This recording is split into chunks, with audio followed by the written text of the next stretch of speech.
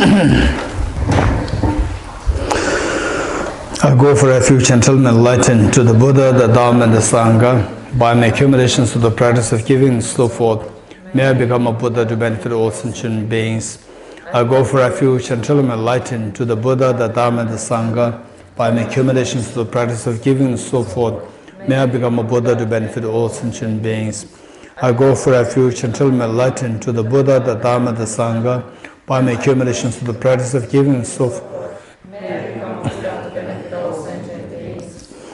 Om ye dharma hetu prabhavam hetum tesham tathagato yavatat tesham chayo nirodha evam vati mahashramanaye svaha. Om ye dharma hetu prabhavam hetum tesham tathagato yavatat tesham chayo nirodha evam vati mahashramanaye svaha. Om ye dharma hetu prabhavam hetum tesham tathagato yavatat tesham chayo nirodha evam vati mahashramanaye svaha.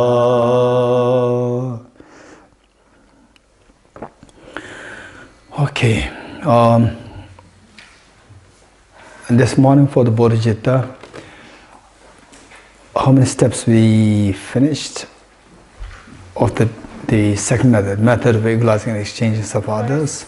Second, third. Okay, first, second, third. What's the first? Equalizing self and others. Number two, reflecting on the demerits of cherishing oneself. What is next? Reflecting on the merits of cherishing others. Number three. So these two are done. Number 4 and 5 is referred to as the thorn in practice. Okay. So what is number 4? You take upon yourself the suffering of others. The practice of taking the suffering of others with emphasis on compassion. Okay. So here what we do is that they say, so this is where it's purely exercise, mental exercise, where you breathe in. As you breathe in, you breathe in the suffering nature of the sentient beings. And how do you do that in both in number 4 and number 5? Thorn in practice. There are so many versions are there. It is not that one is correct and others are wrong. The moment you see difference, variations, others are wrong. It does not have any the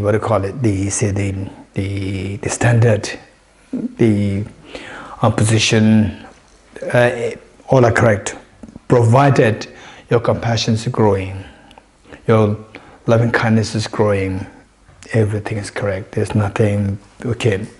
But don't make it too bulky. Sometimes we make the practice so bulky, so elaborate. You may do it the first 2 days and you feel tired, and then you say tomorrow I will do it, then next year I will do it, then it get extended. So don't make it too bulky. Make the practice, whatever practice, be it emptiness practice, Bodhicitta practice, keep it small, and then keep it small and keep going. Keep it small. More important is the consistency. Consistency is more important initially. Consistency is important. The length, the amount is not really the most important thing. Keep it small. If you want it small, you feel like doing it again next time. If you keep it massive, and then you feel tired simply because of the initial curiosity. It keeps you going for like a few days or maybe a few weeks, and then you stop. Whereas if you keep it small, you can make it consistent. Once it becomes consistent, then the ease comes to you. ease, because for us to take breakfast is not a problem, right? Because it's every day happening. Because you are doing it every day, that's not a problem, it's very easy. So, likewise, this practice will become easy. Easy means feeling of ease comes to you, ease. Ease is something which everybody likes. Okay, with this, then you want to expand it, you can expand. You have already found the ground, very stable ground there, you can expand it. Okay, so one way by which we can do is to take the suffering in the form of three ways. So taking the suffering of suffering first, taking the suffering of change second, and taking the previous conditions suffering. And if you want to do it more detailed, particularly for somebody who is suffering in the hospital, going through terminal illness, or going through accidents, or in the hospice, and so forth. So there what we do is that then we can take the suffering, very specific suffering of that particular person. So that you can also you can just do it the way you like. Okay. So what we do is that you can do it in general. You can do it with a very specific suffering. For example, if you know somebody in the hospital, with a focus on that, then you take the suffering, that particular suffering whatever, say the being in ICU or surgery going there, or the accident problem and so forth. You just take the suffering, so manifest suffering first. Manifest suffering as you breathe in through your left nostril. As you breathe in, the suffering in the form of black soot, very dirty black soot.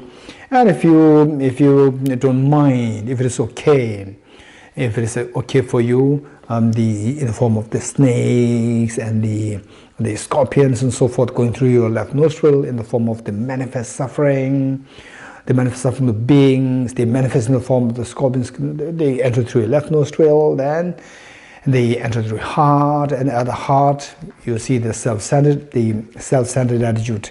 It's just in a state of chilling out, self-centered attitude, so happily sitting there at your heart, and suddenly these things came through your left nostril, they start to eat up the self-centered attitude, right? And to be a little creative, you can also visualize that it is really literally eating the self-centered attitude, eating the self-grasping ignorance. No, eating self-centered attitude and your heart. When the heart is eaten, what happened? What's your reaction? Like this. When you say like this, your self-centered attitude is attacked. Your heart is attacked. Your heart is intact, don't worry. Right? If you feel that, like this fear, which means your self-centered attitude is attacked. Your heart is not attacked. Okay, this is what we can do. As you breathe in the suffering of others, those, for example, if you hear about the wars happening in Syria and various countries, just think of the people who died, people who are on the verge to die, people who are left behind, the children, young children left behind, the parents died. So take the suffering, take the pain in the form of, black soot, dirty, very forceful torrents gushing through your left nostril, and then as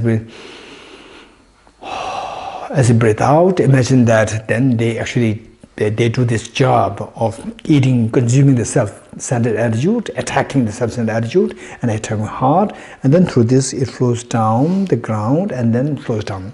Again, you do it as the 3 times of the suffering. Then 3 times of the suffering change. How the beings are trapped in samsara is because of the suffering change. The very vicious bait-like, the trap, the bait-like of the suffering change. You take the bait-like suffering of the sentient beings, so they are no more deceived now. Imagine that by taking the suffering, and all this process is done. You imagine that now the beings there who are in the hospital, they are released from discharge from the hospital, they meet with their parents, they meet with their children, they are so happy. And then imagine those people who are going through, the terminal illness and so forth. Even the illness is gone, you've all taken away, and suddenly there's a miraculous healing taking place. A person goes back to the family, reunited with the family, they're so happy, celebrating. This is what we can do. And then the suffering of change, then the pervasive condition suffering. Likewise, this is what you should be doing. Yes. Yes, I wanted to ask a question related to this because is there any kind of risk, or if you are too compassionate and you can develop attachment to this person who is suffering, if it is happen to be in the close circle, so then gradually you may lose your own strength when you are too compassionate. Very true. Okay, it's not because of being too compassionate. Compassion, the tendency is the compassion, if not complemented by the wisdom, compassion can potentially slide into attachment. The moment it slides into attachment, you become so vulnerable. That's very true.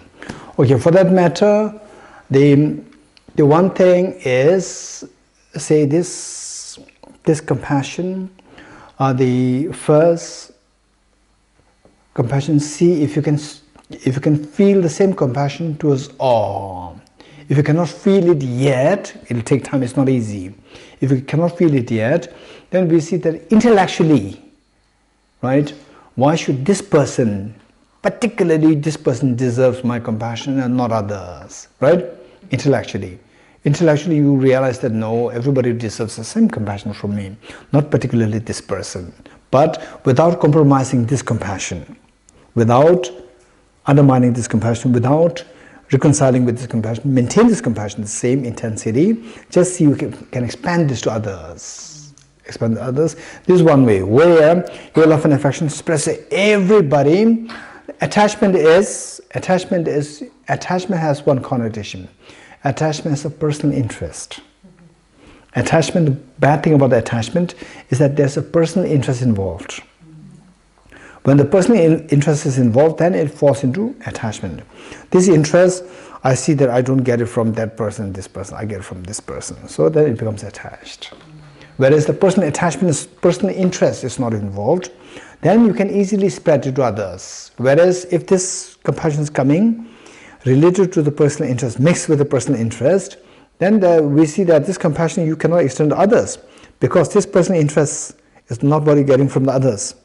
So that compassion becomes directed towards only one person. That becomes biased. Biased compassion is attachment with the personal interest involved.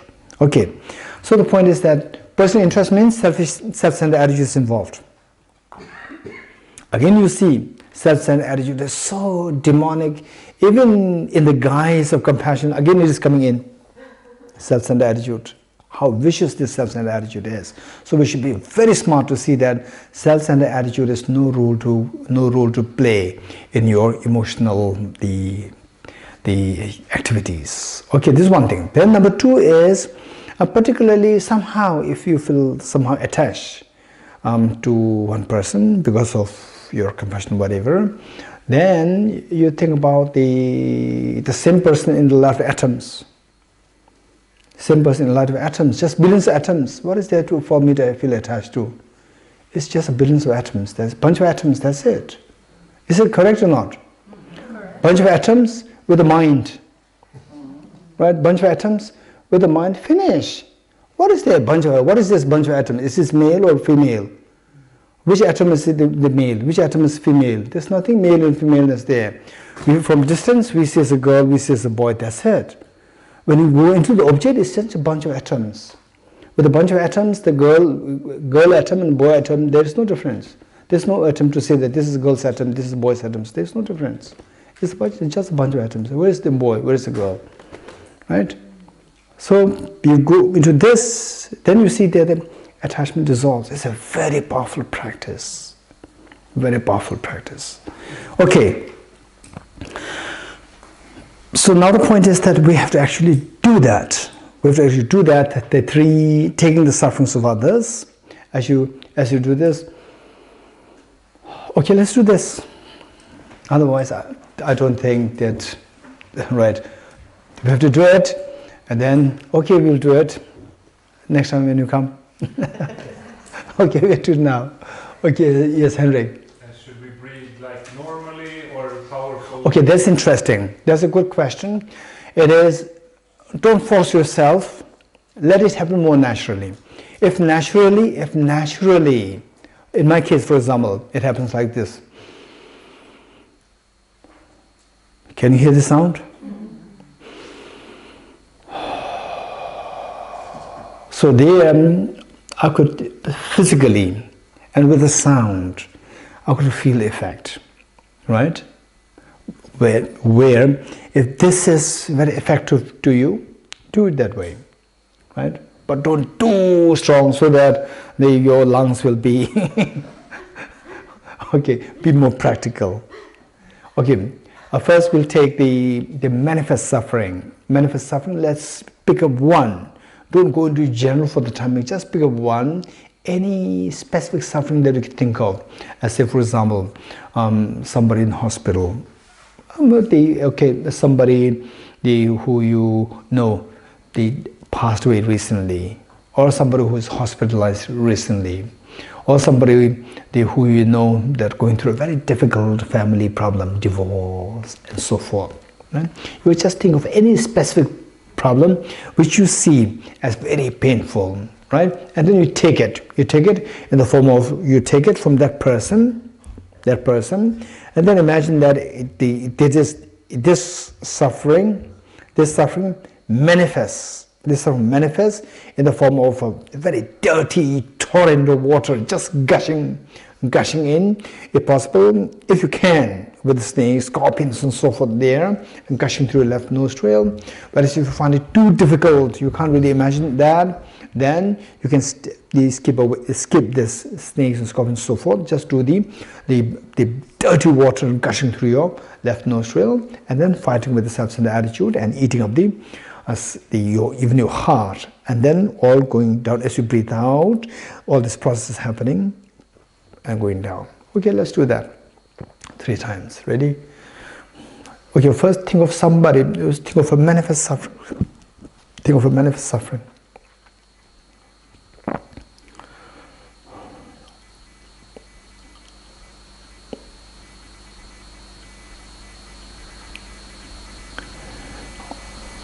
Okay, then say depending on the situation, in some places when it is very cold time, people don't have a shelter to live in, they are freezing, just take the suffering of the cold. And somebody is in terrible hot, 47 degrees centigrade, 50 degrees centigrade, nowhere to go, acutely hot, and not even healthy water to drink, take the heat. So this is what we should be doing. Okay, ready? Yes, 3 times.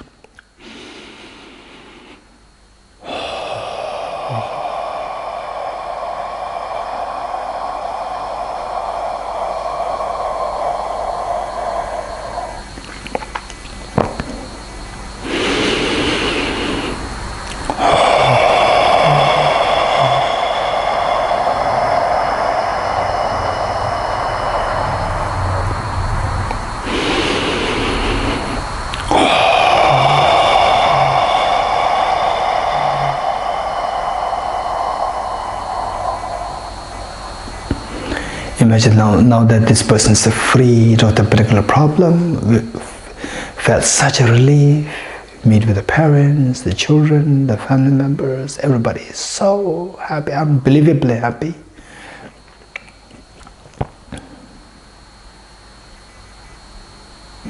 Okay, come out. Then you extend this to this suffering of change, which is in the form of the bait, happiness in the form of the bait. The bait, you take this again 3 times.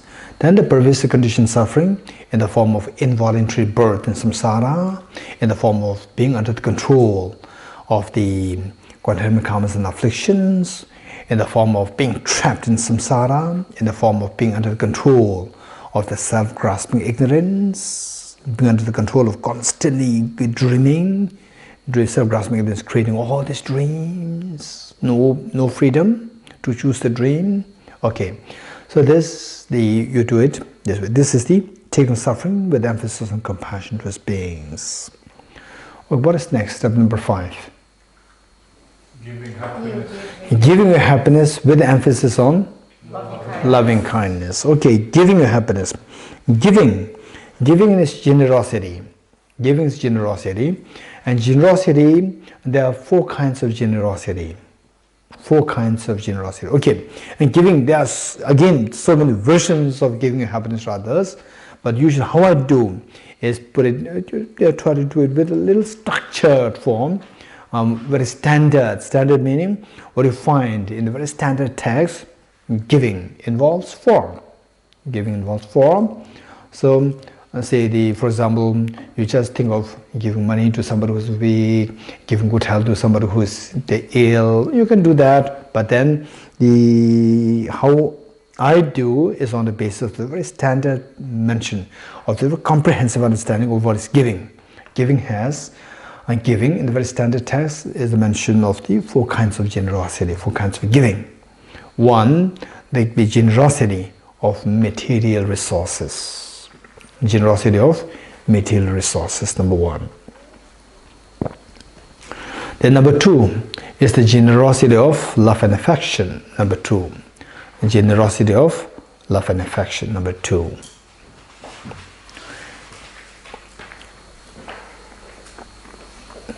Then number 3 is generosity of protection. Generosity of protection, number 3. Then number 4 is generosity of dharma. Generosity of material resources, generosity of loving kind, what did I say? Love and affection, generosity of protection, generosity of dharma. 4. Okay. So here what we do is that when we breathe out, step 5, when you breathe out, they visualize that as you breathe out, for example, okay, as you breathe out, imagine that say that your virtues, particularly the virtues, because all these good things that you get, they are either the directly virtues or they are the products of the virtues, effects of the virtues. So therefore, say even you can think about the material resources that you have and so forth. You give them out through your right nostril as you breathe out. Breathe them out in the form of the nectar, very soothing lights, coming out through your right nostril and then spreads across the universe. And think of the people. For example, first one, giving of the material resources. People who are suffering from hunger, who do not have a shelter, who do not have, say, the facilities, whatever facilities. Just think of then, say, these nectars, they flow across the universe if possible, and then if this little something which you cannot comprehend, it doesn't matter. Then it goes towards the person, targeted people who you know that who are going through difficulties, or you have seen people going through difficulties because of the lack of financial resources, material resources, or you have seen in the television news about the very poor, the suffering, the plight of the poverty, drought, and so forth. And you see these nectars and the white rays flow through your right nostril as you breathe out very gently. They flow out and they transform. The moment they touch these people there, or people, animals, insects, whosoever, then they manifest in the form of their requirements, like the food, then the clothing, the housing, and the basic necessities. So for example, for the children, the books, whatever, they transform these things, and then they feel that sometimes, because they said we have these materials, and so what? If somebody gives you a book like this, okay, thank you. That's it. Otherwise, you don't have that really feeling of joy, except when it is coming from your young boy or young son or young daughter, right? Otherwise, yeah, he gave me a book, she gave me a book. That's it. Whereas for people who hardly have any paper to write, who don't really get the proper notebook to make notes, just the scraps you get from somebody thrown that you use it. So there, if you get this book, it's so beautiful. So this is where at times it will be good if we get opportunity to go out where people are really suffering from the lack of financial resources, material resources, and then see their pain, And then so this one thing, material resources. Okay, we'll do that. Ready? And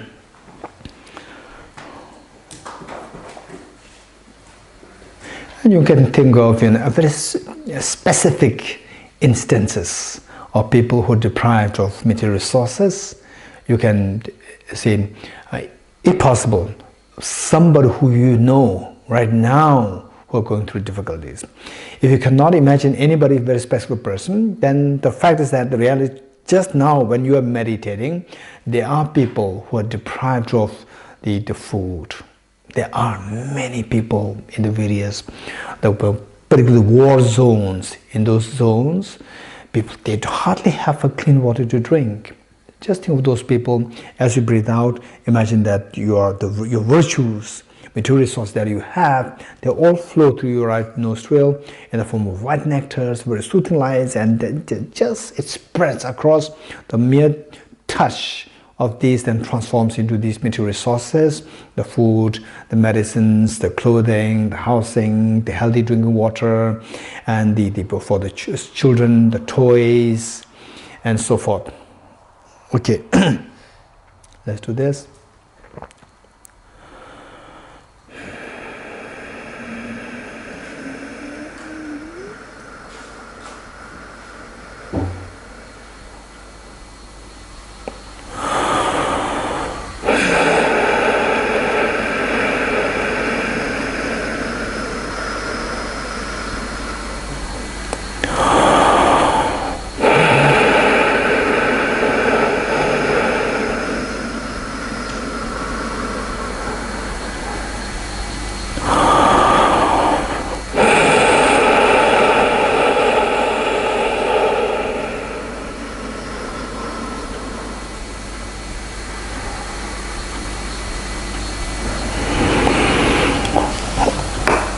Oh, you're good.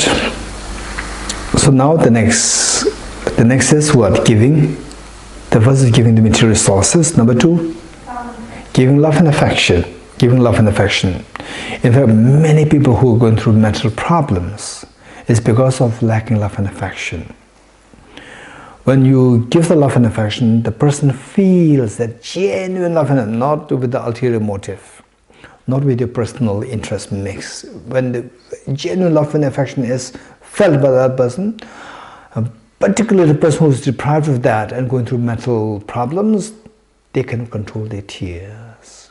Because this experience is so beautiful, they are deprived of this experience before. So the moment you give this with love and affection, instantly the depression is relieved. One will be uplifted from the depression. Okay. And then particularly many young people, in fact everybody craves for love and affection. Everybody craves for love and affection. Genuine, I mean the genuine love and affection, not just the superficial love and affection, genuine love and affection. And then particularly children who are so vulnerable, they really crave for love and affection. And there are many who are deprived of this, and because of which they just go into, they eventually become gangsters.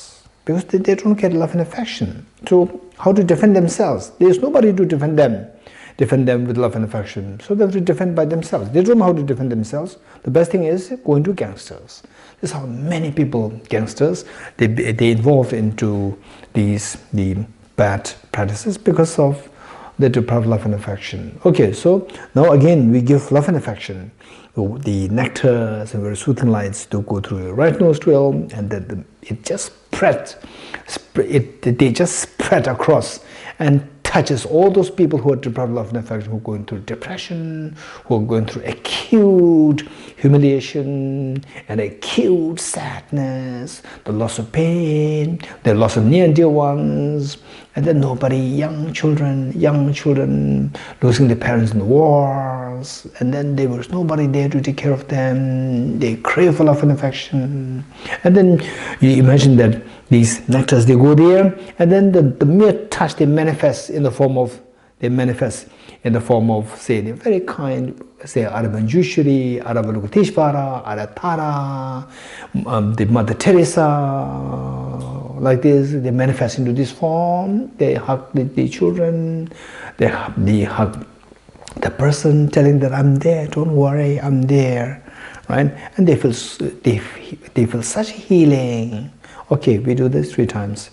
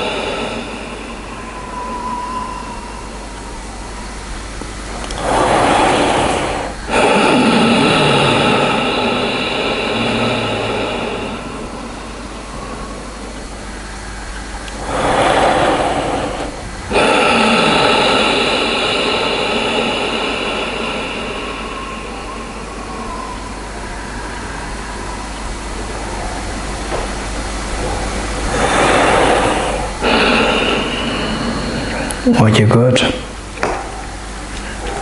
What is next? Protection. Protection. Protection of their life. Protection of their lives. People who are losing their lives. So there, and then let's say, you can imagine people in hospices, people in hospitals, and then worse, people in the hands of the terrorists. And then the people in the trapped in accidents. Then those who are going through the capital punishment. Then those in the KFCs, the chickens, poor chickens. Then animals, all these animals in the slaughterhouse. And then in the 5-star hotels, all the fish and the crabs in the aquarium, right? Okay, so we should be a little creative. Creative meaning that we should, of course, bring the reality, not just the. Oh, yeah, we still have time. Okay, so we have to bring those things, experiences. Bring the experiences which are actually really happening, not just mentally fabricating, which are actually really happening. It doesn't mean that you should be able to see that. For example, while being here, we know that, for example, human trafficking. There are so many young girls being trafficked, right? They have to live every minute in fear. Every minute in fear. Imagine yourself if you're being trafficked, and what is your plight? You can't just imagine that. So likewise, even in the hands of the terrorists, and of course, guaranteed there are so many people who are abducted by the terrorists. They're in the hands of the terrorists. You don't know what your next moment, the next minute, where you'll end up. You never know. Just your throat slit, finish. So this was the reality, and just feel the compassion that each one of them, they have this Buddha nature. Just imagine if I'm there in the hands of the terrorists, or it'll be my feeling, exactly this is what going there, then feel so great compassion towards them, feel that, and then if possible, there are many ways of doing it, gentle version and more the extreme version.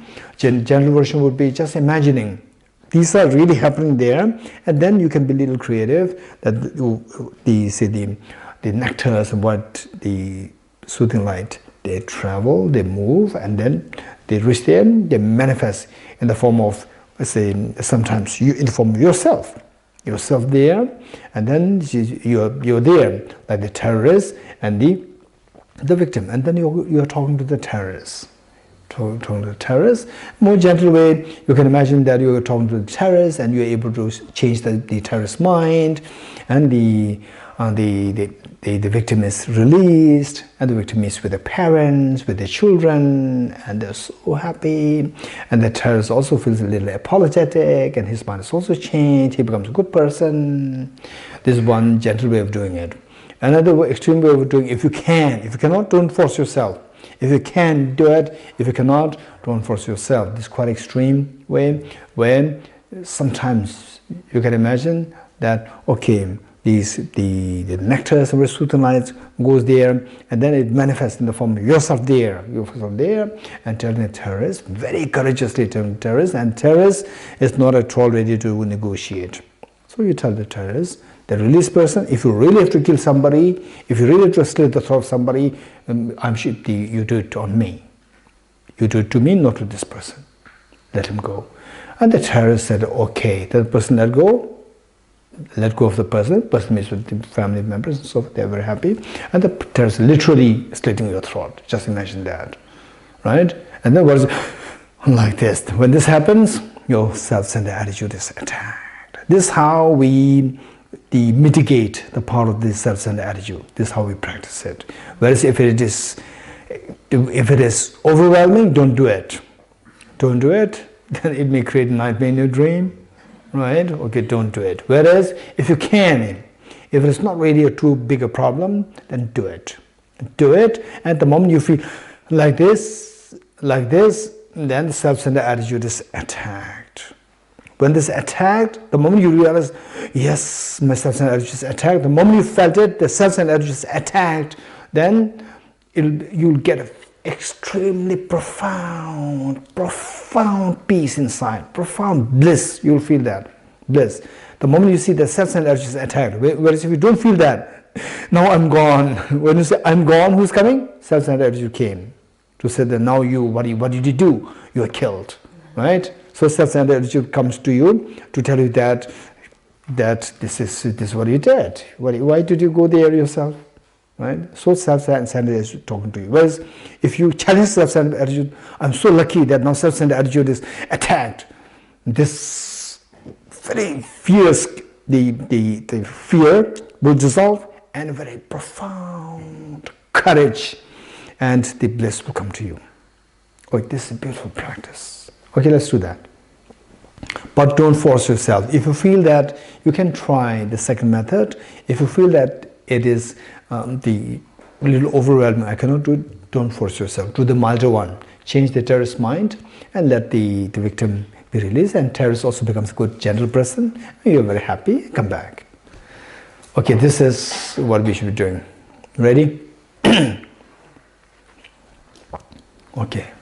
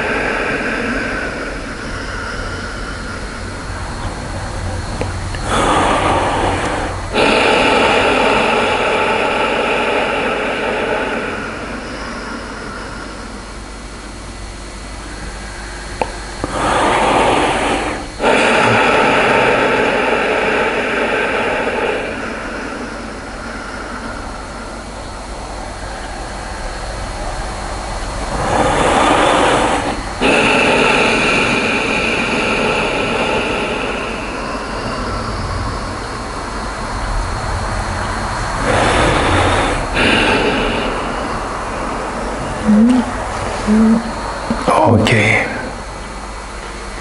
come on to practice, and then likewise you can do it on the millions of chickens who are being killed in the KFC, and the innumerable thousands of animals being killed in the slaughterhouse. Just do the same thing. Do the same thing. Okay. What is next? Dharma. Then given dharma. Okay, given dharma. Giving dharma on mornings during the mantle offering, you remember, or let's say on the Benjamin of Sang Chuigin, in his prayer, which is written here as Guru Puja. Do you see the Guru Puja there? Guru Puja. Towards the end of the Guru Puja section, when the dedication prayer. Dedication prayer. Short mandala. Not that one. Okay, that is also there. Let's turn to the. Okay, this is from the Guru Puja, page 257. It may not be the same page. It doesn't matter. Go to page 257 and try to locate the stanza number. Okay, upon doctrine.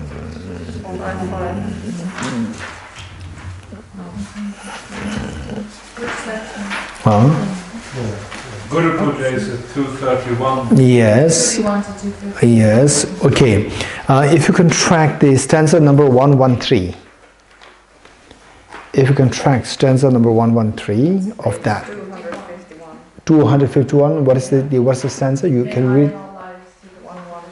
Yes. Is the second, third Panchalama? Which Panchalama? This is the first one. First one, okay. Yes. This is the first Panchen Lama. Page what? What page? 251. 251. Page 251, stanza 113. So this, the first Panchen Lama, Panchen Lobsang Chogyен, he was an incredibly great scholar, plus incredibly great practitioner, highly realized practitioner. Okay, so his compositions are extremely powerful, and here on this Guru Puja here, if you read the text, they are so powerful. Okay, later on you can read this. Okay, here he says that 113, man all lives through the force of this merit, never separate from the four wheels of the Mahayana vehicle, the great vehicle, and accomplishes all the stages of the path: renunciation, bodhicitta, perfect view, and the 2 stages. Okay, this is what we should be practicing, and this is what we should be giving to others, giving dharma, these 4 dharmas. Right? We are talking about the generosity of dharma. Generosity of dharma. What dharma are you going to give to others? Give the dharma of the renunciation, give the dharma of the bodhicitta, give the dharma of the perfect view, which is the wisdom of emptiness, and give the dharma of the 2 stages. 2 stages meaning the very profound tantric practice. Okay, tantric practice I'll explain a little bit later. Okay, the 3 plus 1. Usually I call it 4 plus 1. I don't call it 5. Actually 4 plus 1 is 5, right? But I deliberately say 4 plus 1. Why? 4 is must. 4 is must, and 5th will automatically come to you. Without the 4, people jump to the 5th. Tantra. Jump to Tantra, and then they have nothing there. Because Tantra, the ground is missing. The first 4, they are the ground. Shamatha practice, renunciation, bodhicitta, wisdom of emptiness. These 4 are the foundation, the fabric of Tantra. These 4 are missing, there's no basis for Tantra, and people just directly go into Tantra, right? And after all, this is not going to be a Buddhist Tantra. If these 4 are missing, it's not going to be a Buddhist Tantra, guaranteed. Okay, so when we give 3 things you can give in the form of dharma, giving dharma. Dharma of the renunciation, dharma of the bodhicitta, dharma of the wisdom of emptiness. And if you are associated, or if you have admiration in the profundity of Tantra, then you can give the dharma of the Tantra as well. Whereas if you have no clue, of the profundity of Tantra, just a superficial Tantra, receive empowerment, this is just superficial. The real Tantra, this is not real Tantra. Okay, so the real Tantra is very different. It requires a tremendous depth of understanding of emptiness and bodhicitta, and then you should have an extremely clear and very sharp mind to appreciate the nuances of Tantra. Without this, it's not really Tantra. It's just the picture of the pizza. It's not a real pizza, right? Most of the people, what we are doing is Tantra. They're all the picture of the pizza. No real pizza is there. Yeah. Okay. So the best thing is for us to do is when you give the dharma of renunciation, bodhicitta, and the wisdom of emptiness. And later on, through exposure to Tantra, it's a where these three becomes very stabilized in you, and you become very stabilized practitioner. And then the experience of emptiness, with this your anger and all these negative emotions subside. With the compassion, you could feel the unconditional compassion towards everybody. No matter what external factors you encounter with, your compassion does not waver. And then, at that point, you are eligible for tantric practice. Tantric practice, it has nothing to do with what we see as the word tantra, the very popular tantra. This is not the real tantra. Real tantra is to activate the subtle energy within you. Activate the subtle energy. It is purely through meditation, nothing to do with the external, the gestures. It's purely the meditation. Through meditation, activating the subtle, clear-eyed mind. So this is what keep that for the time being, keep that away for the time being. So when you give the dharma of the renunciation, you give the dharma of the bodhicitta, we give the dharma of the wisdom and emptiness. Why? One, you want to make all the beings fearless, and you want to take them to the state of infinite happiness. And the fearlessness, renunciation will take them to the fearlessness. Bodhicitta will take them to the infinite happiness. And these two are the aspirations. Renunciation's aspiration, bodhicitta's aspiration. These two aspirations will be realized by cleansing the mind. Cleansing the mind. What cleanses the mind is the wisdom of emptiness. So these two, renunciation, bodhicitta, they will give you confidence. I'm very happy, now I don't really have to, I have given the renunciation, teaching dharma of renunciation to all the beings. Now all the beings, they'll refrain from engaging into the negative actions because of renunciation. Once they refrain from the negative actions, then the miseries will stop. So I tend to have to remove the miseries now. Thus far we have removed the miseries, right? Remove the miseries, giving them the facilities, removing the miseries, and then asking the terrorist to slit your throat, spare the other person. This is all the results. Now these results come from the causes. What causes? Negative karmas. So here you give renunciation. With the renunciation, they will automatically refrain from negative karmas. Because of the practice of renunciation, they will refrain from the negative karmas. When negative karma is removed, then the effects, miseries, fear, tension, and the being in the hands of the terrorists, being in the hands of the butchers, and being in the hands of the accidents and so forth will stop automatically. It gives you such a relief that I'm now able to really make them self-sufficient. That they're going to be freed from the suffering because of the teaching on renunciation. Then the teaching bodhicitta. With this, now I'm so happy that I made them so self-sufficient to eventually achieve the infinite happiness, the Buddhahood, because they have the bodhicitta now. I've given the teaching on the bodhicitta. How to make these two materialize these two aspirations is by giving them the teaching on emptiness. Okay, these three things. These two are known as the three principal paths. Okay. So this is, so how do we do that? So when we, for example, when you breathe out, again the nectar, some soothing lights flow through your right nostril, and then the mere touch of these nectars with the beings, and they turn into Manjushri, Avalokiteshvara, the Buddha Shakyamuni, and these great teachers, and then they teach the teaching of the renunciation of the four seals, primarily the four seals, and then they become, yes, okay, so this is realized now, so I have to refrain from the negativities. They learn how to refrain from negativities, all the beings, they learn this. And then you send again same thing, and they manifest in the form of the Avalokiteshvara, Manjushri, Vajrapani and so forth, Tara and so forth, and then teaching them about bodhicitta. Now they realize that I should be kind towards others, yes. I should be kind, I should be loving towards everybody. I should be so kind to the extent that I should become Buddha for the beautiful sentient beings. Everybody realizes that. Now this is the dawn of the infinite happiness, dawn of the Buddhahood for them. And you feel such a joy. I'm so happy that today, what a day, what a great day for me, that I'm able to make my very dear mother sentient beings realize that they realize they become self-sufficient to go to the Buddhahood, infinite happiness themselves. And then the third, when you give the dharma of the wisdom of emptiness, then again all these enlightened beings, they manifest, they give the teachings of emptiness, and then they actually go into the non-dual experience emptiness, where all this projection stops. Projection stops, and then they realize, each one of them, they realize that no, nothing can affect me.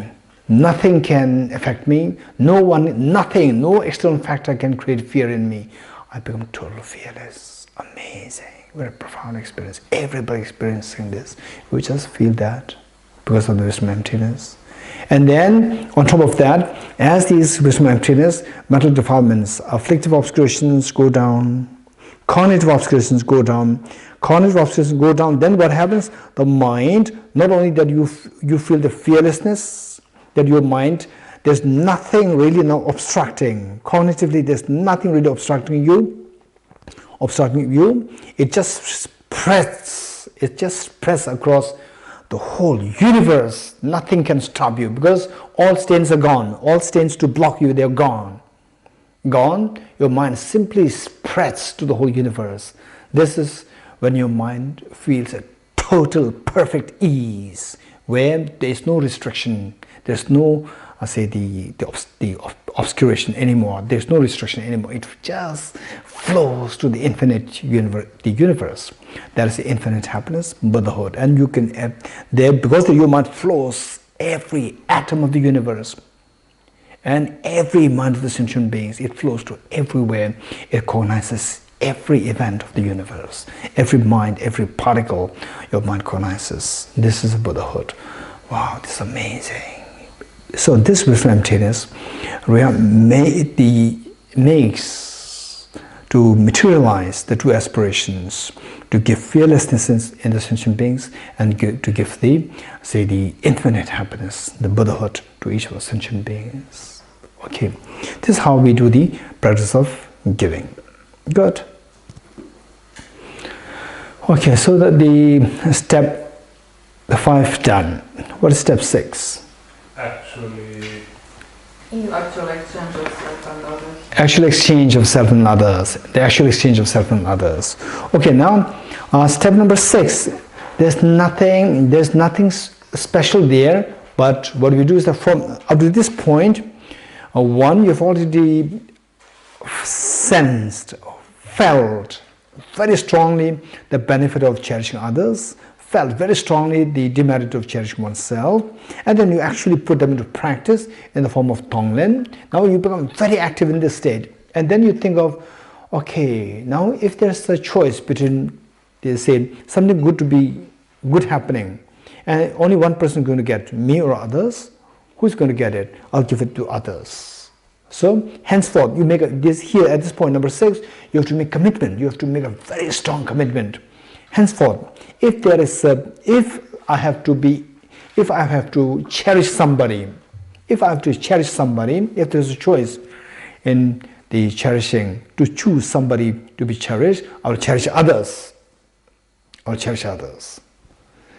If I have to be indifferent towards somebody, I'll be indifferent towards myself. This is commitment that you make. And if you do this right from the beginning, it will just crush you, right? You'll just crush. Because how can I be indifferent towards myself? No, self-centered attitude is talking. Now that you already crushed the self-centered attitude to a great extent, so now you see that cherish others, this is the wisest thing for me, for my own happiness. Cherish others. That's why I did not have the maximum happiness, is because I've been cherishing myself. The self-centered attitude is the one which blocks me from experiencing all the wonderful happiness. And it attracts all the misery. Self-centered attitude is so vicious. I will not cherish this. I will discard this self-centered attitude. How? By cherishing others, right? So this is a very matured experience. Step number 6 is a very matured experience where you start feeling that self-centered attitude is the demon for yourself. Even for myself, self-centered attitude is the one which, say for example, say the Prince Siddhartha, now he became Buddha. Suffering is zero. Happiness is infinite. Why I don't experience that myself? Because I behave very different from how he behaved. He behaved with cherishing others, and I behave with cherishing myself. Look at the difference. And who's to be blamed? No one, the self-centered attitude. Henceforth, I'll cherish others. So this is a very mature, very developed the experience, matured state where you're able to do that. So this is not to be done right in the beginning. So in the beginning, we have to think about the early steps, particularly step number 1, step 2, step 3. So with these 3 steps so well done, then step 4 and 5 become very easy. And then you can go to step 6. It makes total sense. It's beautiful. Step 6. Step 6 there, when you reach to that level, then the mere thought of cherishing others gives you such joy. Like a small child anticipating for the birthday. Right? Wow. Look, this is self-centered attitude, my demon. Self-centered attitude is my demon. This is the one which obstructs me from experiencing the ultimate happiness. This one which is attracting all the suffering on me, right? I will just challenge this. How? Cherish others. I will cherish others. Cherishing others is the source of all happiness for me. You are so kind. You are so kind, right? It seems to be very self-centered again. But you see that I'll cherish you. The moment you cherish others, what happens? Your mind flows towards others. Your mind flows towards others. Thus far, your mind does not flow. Your mind is just hovering around the self all the time. Now, I'll cherish you. The mind flows towards others. And then it becomes stronger, stronger, stronger. And what happens? As the mind flows more stronger towards others, mind feels greater and greater ease. The mind feels greater and greater ease. Congestion is dissolved. You feel the greater and greater ease. This beautiful practice. Yes, I will cherish others. Others, so good, you are so kind. The moment you say this, mind flows. The moment your mind flows, you feel the ease. It's amazing. Right? What are you looking for? Why this self-centered attitude is why it comes in the facade of helping you, supporting you, and that you trusted the self-centered attitude, is thinking that this self-centered attitude will give me the ease. It only gives the unease. And cherishing others, it gives me ease. Cherishing others is the one which gives me ease. Self-centered attitude is what gives me the constriction. Right?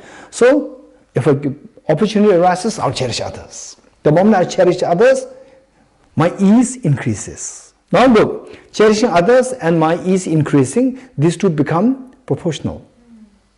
You getting it? So these two, the graph, the two graphs, as cherishing others increases, your ease increases. Your ease increases, cherishing others increases. So these two go in parallel. So for you, cherishing others and your happiness, working for happiness, these two are synonymous. At that level, these two become synonymous. Wow, I'm cherishing others. Actually, I'm working for myself, right? So self-centered, I don't need you anymore now, right? I don't need you anymore. I thought that you're going to help me to bring me happiness. Now I don't need you. Now I know how to give me happiness. I know that by cherishing others, right? For you then, cherishing others and your happiness growing, you see that these two are synonymous. It's so beautiful. Whereas why we feel burnout is that I'm doing this for you, right? I'm doing this for you. Okay, I sacrifice myself. When you see that I'm sacrificing myself means, okay, I sacrifice myself, I'm tired, never mind, I'm doing it for you. Then you do it more and more, then you feel that I'm sacrificing more and more. Then there's, who's talking? Self-centered is talking. I'm sacrificing for you. Then and then finally you said that, what a stupid thing you then. Then you were so angry, how ungrateful you are, right? Whereas this very advanced level of practice, you will never see how ungrateful you are, right? The more you cherish others, and even if the person being shows ungratefulness towards you, that is exceptionally kind of you to challenge my self-centered attitude. Boy, you're even more kind. You are even more kind now. By being ungrateful, you're being even more kind. That my self-centered attitude is a challenge, and that my ease is increasing. Thank you so much for increasing my ease. Right? It's a beautiful practice. You will never feel burnout. Your ease increases all the time. The more you work, the more your ease increases. Then you see that your ease in what you crave, what you want is you want the happiness to grow. It's nothing. What is happiness? Ease is growing. Ease growing is proportional to the growth of the other cherishing. Then you see that other cherishing is the means for my ease. What I'm doing for others is actually doing for myself. When you do something, instead of saying, I'm doing for you, instead of that, thank you for giving me the opportunity to serve you.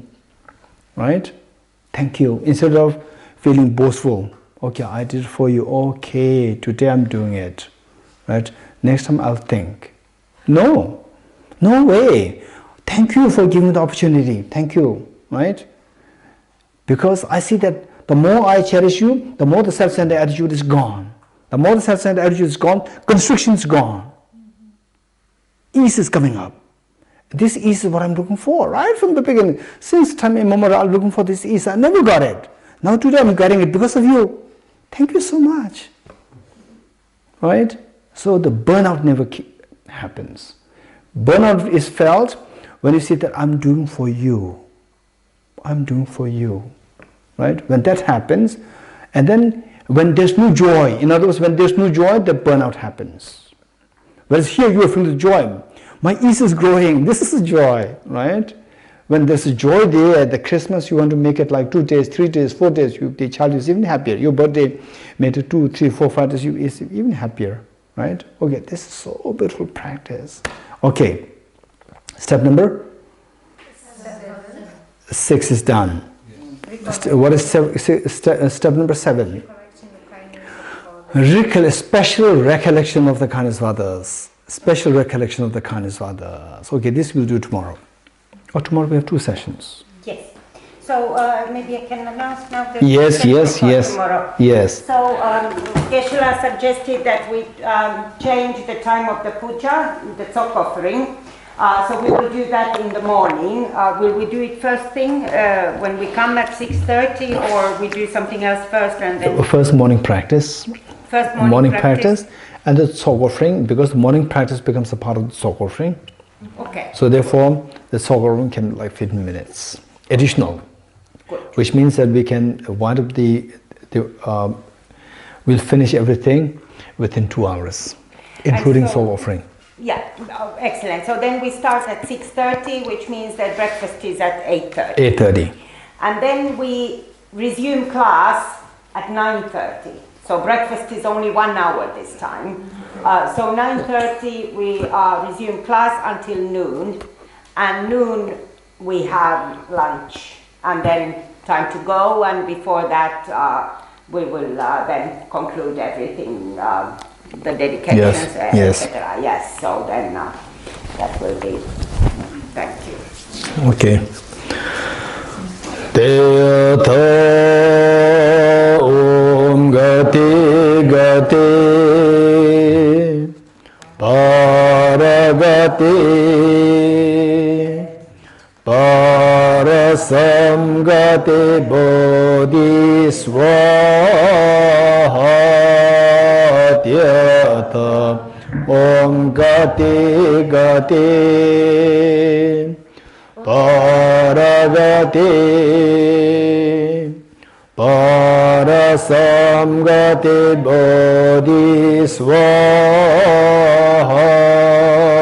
Yata Om Gati Gati Paragati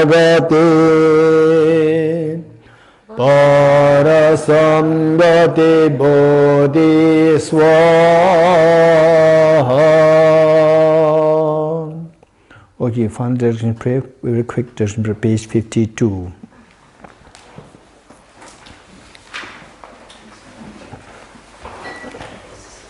Page 52, dedication prayer. Do you find it? Yes.